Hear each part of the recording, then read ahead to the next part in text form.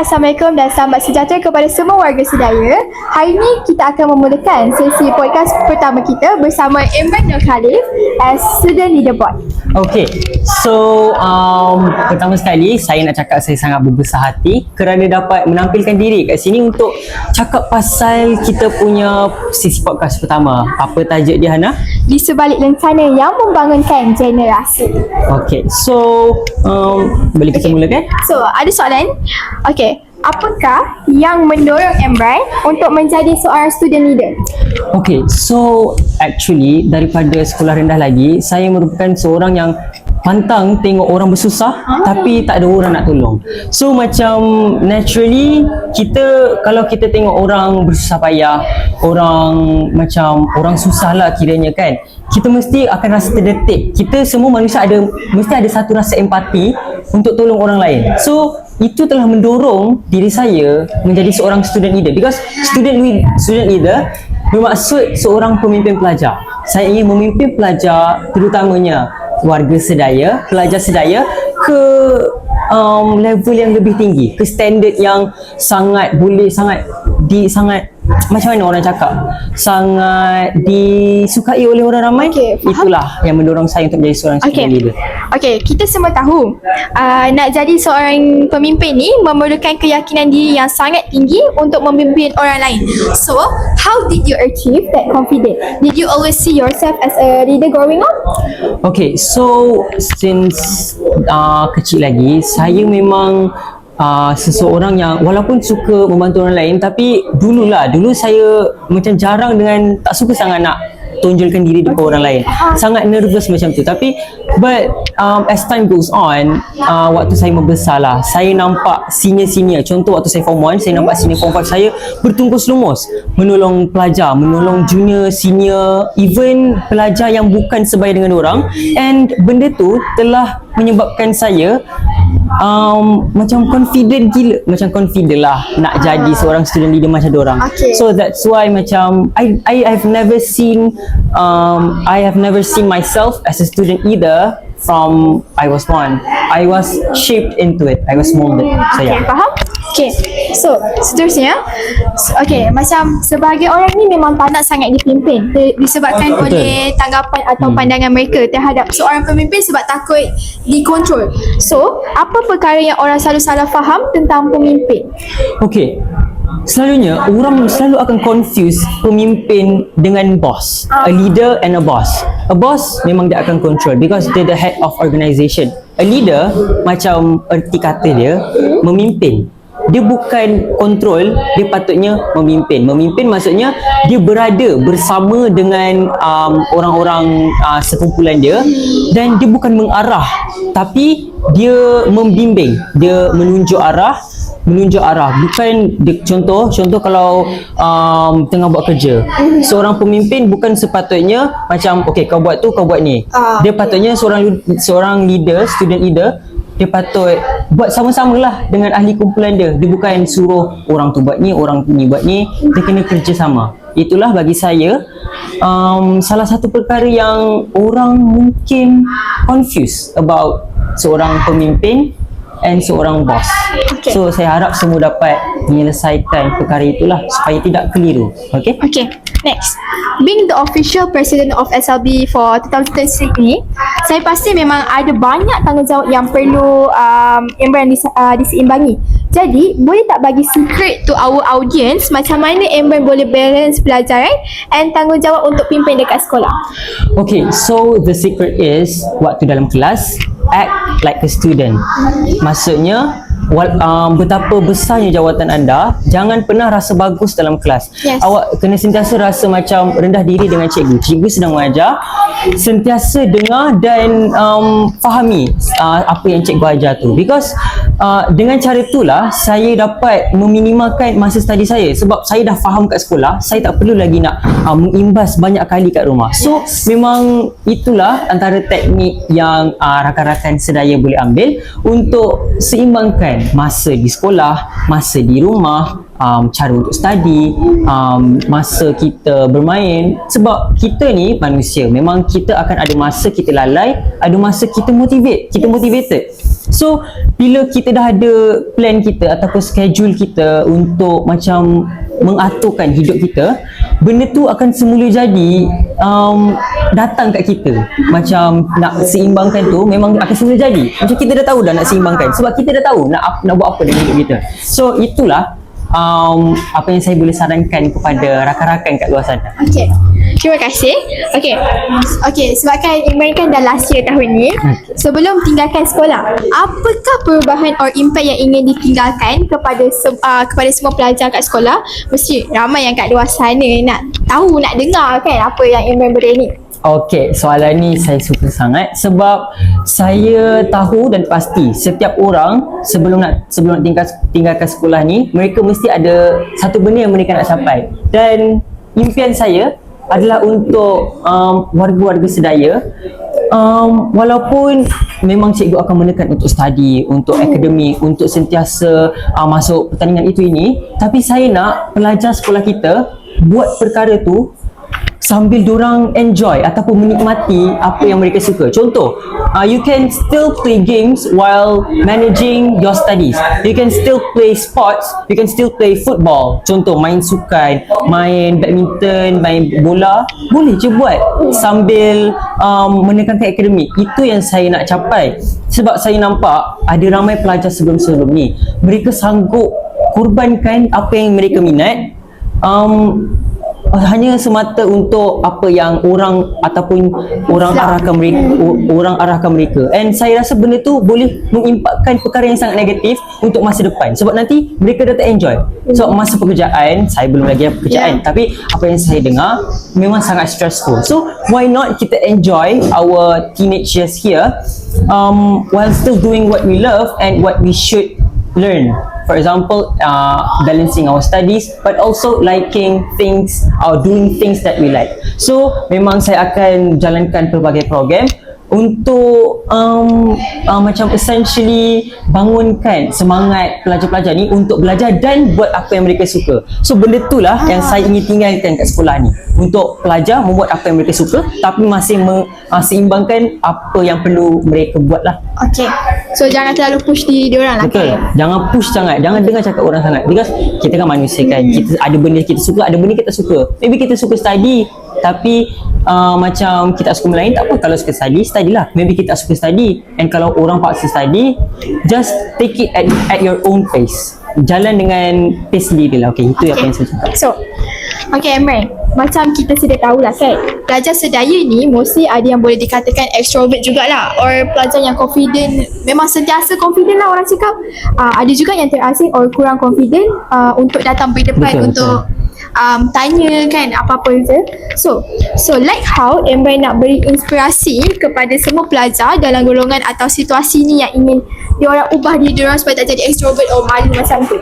Okay, so memang majority pelajar bukan majority lah, ada memang sebahagian yang memang tak nak, macam malu sangat nak bercakap kat depan, and that's okay. Sebab personality kita bukan, memang ada sebahagian orang yang memang lahir-lahir memang mereka malu untuk bercakap, tak apa. Tapi kemahiran komunikasi dan bercakap ni adalah satu benda yang penting untuk masa depan. Tapi extrovert tak bermakna kita kena sentiasa bercakap, dan introvert juga tak sentiasa bermakna kita kena always terasing. Ada banyak je introvert yang mereka cuba untuk mengubah diri untuk pandai berkomunikasi dan mahir bercakap, tapi walaupun mereka tak enjoy, mereka suka benda tu. So apa yang saya boleh cakap untuk mereka yang luar sana yang kurang confident untuk bercakap, first, dulu sebenarnya saya pun bukan seseorang yang suka bercakap depan halayak ramai, tapi saya ada discover 2-3 tips kat YouTube ni. First, okay, untuk orang yang kurang keyakinan lah, awak boleh try berkomunikasi dengan diri sendiri depan cermin. Semudah itu. Sebab kita kan kita orang. So bila kita tengok cermin tu, kan cerminkan diri kita, cerminkan orang. So bila kita bercakap, walaupun nampak macam gila sikit, delusional sikit cakap dengan cermin, tapi sebenarnya benda tu sangat efektif. Benda tu sangat-sangat berguna, sebab kita kalau kita nak fasih ataupun mahir kat satu benda, kita kena buat banyak-banyak kali. Betul tak Ana? Betul. So kalau kita buat banyak kali, contoh kita bercakap dengan diri kita depan cermin banyak kali, memang automatically, walaupun kalau kita in real life kita apply that situation to real life, memang akan secara semula jadi, walaupun bukan diri sendiri dah depan mata tu, dah bukan cermin, kita memang dah akan terbiasa. Memang dah akan terbiasa bercakap. And then kalau tips lagi satu, saya boleh cakap maybe kita try membaca. Okay, dengan cara membaca, macam saya cakap, bila kita membaca, kita tahu banyak sangat social cues. Social cues ni macam cara kita nak bersosial dengan orang lain lah. So bila kita dengan cara membaca dan juga tengok podcast, macam podcast ni lah, kita boleh tengok cara orang bercakap. Kita boleh just tiru gaya mereka bercakap dan apply to real life situation. So macam contoh saya bagi dalam kelas, mungkin seseorang murid ni dia malu nak bertanya soalan dengan cikgu sebab dia takut cikgu marah, dia rasa malu. But untuk selesaikan benda ni, maybe dia boleh kat rumah dia boleh bercakap dengan adik kecil dia ataupun dengan mainan dia, mainan contoh macam toys ke apa, ataupun haiwan. Kita boleh macam jalankan satu sesi bertanya soal dengan mereka. Dengan secara semula jadi, bila kita dah sentiasa berkomunikasi, walaupun dengan orang bawah umur ataupun orang yang contoh kanak-kanak ke, haiwan ke, nanti benda tu macam melatih kita untuk bercakap dengan real life situation. So itulah antara teknik saya ataupun apa yang saya boleh cakap lah kepada pelajar sedaya ataupun pelajar di luar sana yang macam nervous sangat nak bercakap. So Okay, sangat menarik. Okay, so semua orang memang semestinya ada inspiration atau idola yang membentuk identiti kita. So of course, Emran mesti ada juga kan? Boleh tak spill individu yang beri inspirasi kepada gaya kepimpinan Imran?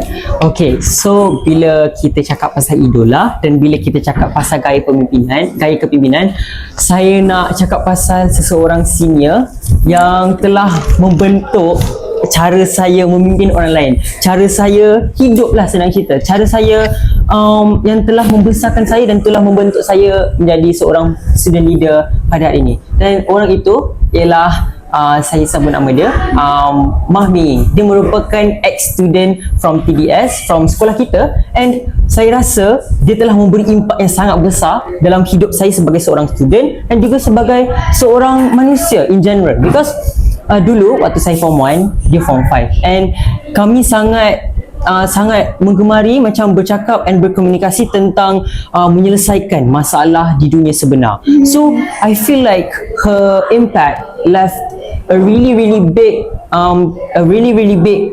ruang of me, a space inside my heart that saya telah penuhkan dengan sangat-sangat banyak nilai murni. So saya rasa gaya kepimpinan dia bukan seorang yang garang, dia bukan seorang yang suka menengking ataupun seorang yang suka mengarah, tapi dia merupakan seorang yang memang akan, kalau dia nampak orang susah payah, dia akan membimbing sampai orang tu dapat menyelesaikan perkara tersebut. So saya rasa dia punya gaya kepimpinan telah menjadi inspirasi saya dalam membentuk sahsiah diri. So saya rasa saya nak cakap terima kasih Kak Ming kerana telah membentuk personal saya. Itulah inspirasi saya, idola saya. So Okay, so sekolah kita ni terbahagi kepada mereka yang ada jawatan lah, seperti pengawas, PRS, PSS, imam, imamah, ketua penolong tingkatan, and also mereka yang murid biasa je.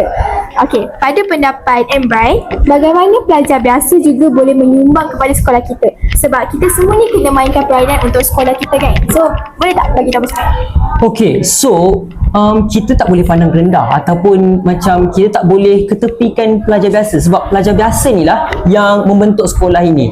Sebab kalau kita tengok orang yang berjawatan, mereka mungkin minoriti dan majoriti mungkin pelajar biasa. Tetapi kalau pelajar biasa rasa macam diorang tak sumbang apa-apa kepada sekolah, jadi pemimpin ataupun yang berjawatan ni nak memimpin siapa? Diorang mestilah memimpin pelajar biasa. So pelajar biasa ni dia mainkan peranan yang sangat penting untuk menyumbang dalam hal-hal kegiatan sekolah, kerana mereka merupakan orang yang macam mana saya nak cakap, macam tulang belakang sekolah kita.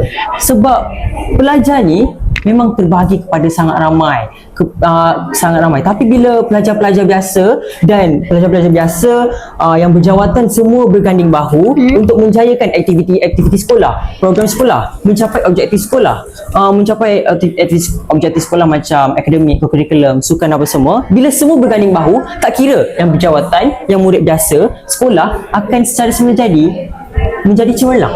Dia naturally memang kita akan orang luar lah akan nampak macam wow, yang murid biasa pun sangat Boleh macam tunjukkan aktif diri. menonjolkan diri, bukan yang berjawatan saja. So saya rasa murid biasa ni mereka mungkin rasa macam diorang ni tak penting. Tak, saya tak rasa begitu, sebab mereka yang layak dipimpin dan mereka lah yang layak untuk membentuk imej sekolah. So saya rasa murid biasa memang sangat penting. So Tak semestinya ada jawatan. betul. Ya. Okay, faham? So janganlah kepada pelajar biasa kat luar sana, jangan rasa tersinggung. Jangan rasa macam, jangan rendah diri sangat kerana anda memainkan peranan. So, warga-warga sedaya, wake up. Okay. Okay.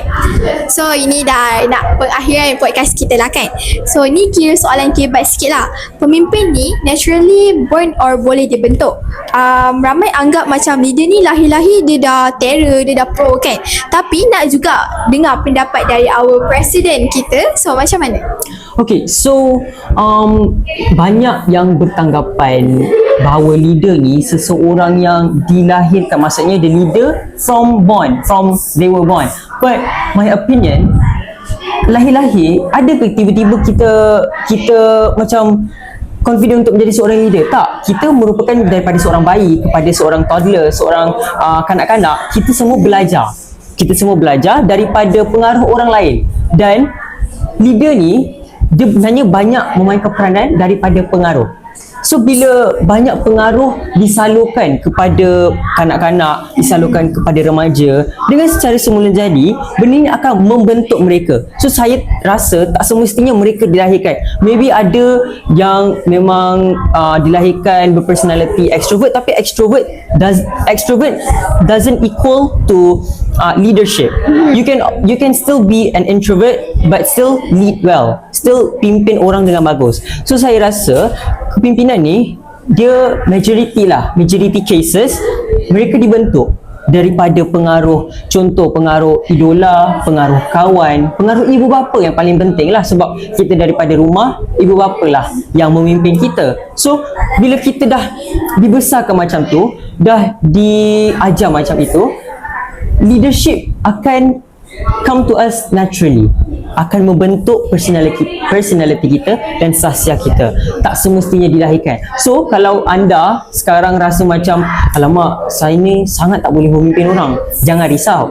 Anda just need to find the right person, the right situation and the right life lessons to act upon it, to act upon yourself to be a leader. Because leadership can be molded. It doesn't necessarily have to be given birth to at masuk waktu lahir lah. So Okay. yeah, that's my opinion. Okay, so kita dah pengakhiran. So banyak tips lah yang saya boleh dapat daripada Imran dan juga Terima kasih. semua warga sedaya boleh cuba apa yang Imran cuba. So jika Imran boleh sampaikan, boleh tak sampaikan satu message kepada semua warga sedaya supaya diorang macam dapat ambil inspiration daripada Imran lah. So apa message tersebut? Okay, message saya kepada warga sedaya di luar sana, jangan pernah berasa iri hati ataupun jealous dengan kebahagiaan orang lain. Itu perkara yang sangat penting bagi saya. And jangan pernah fikir ataupun jangan pernah titik beratkan kata-kata orang lain. Walaupun sounds cliche, but benda ni lah yang telah merangkul jiwa saya untuk menempuhi cabaran-cabaran tersebut. Ramai je komen, ramai je kritik, tapi saya rasa macam kalau saya dapat achieve, saya dapat capai pencapaian-pencapaian saya di sekolah tanpa pertolongan dorang, tanpa mereka tak pernah tolong saya, and dorang kritik, buat apa saya nak dengar kepada kritikan? Dan anda pun boleh buat yang sama. Kalau contoh, kalau nak start ubah diri, tapi orang kata tak payahlah kau ni, tak payahlah, jangan dengarlah, tak payah dengar langsung. act upon yourself. Itu memang motto saya, act upon yourself, not somebody else. Your expectations can only be made true by yourself, bukan orang lain.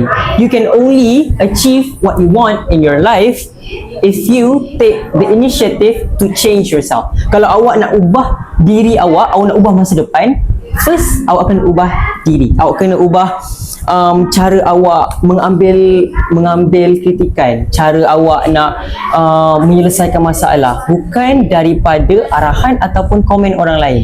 So itulah mesej saya kepada warga Seraya, jangan sesekali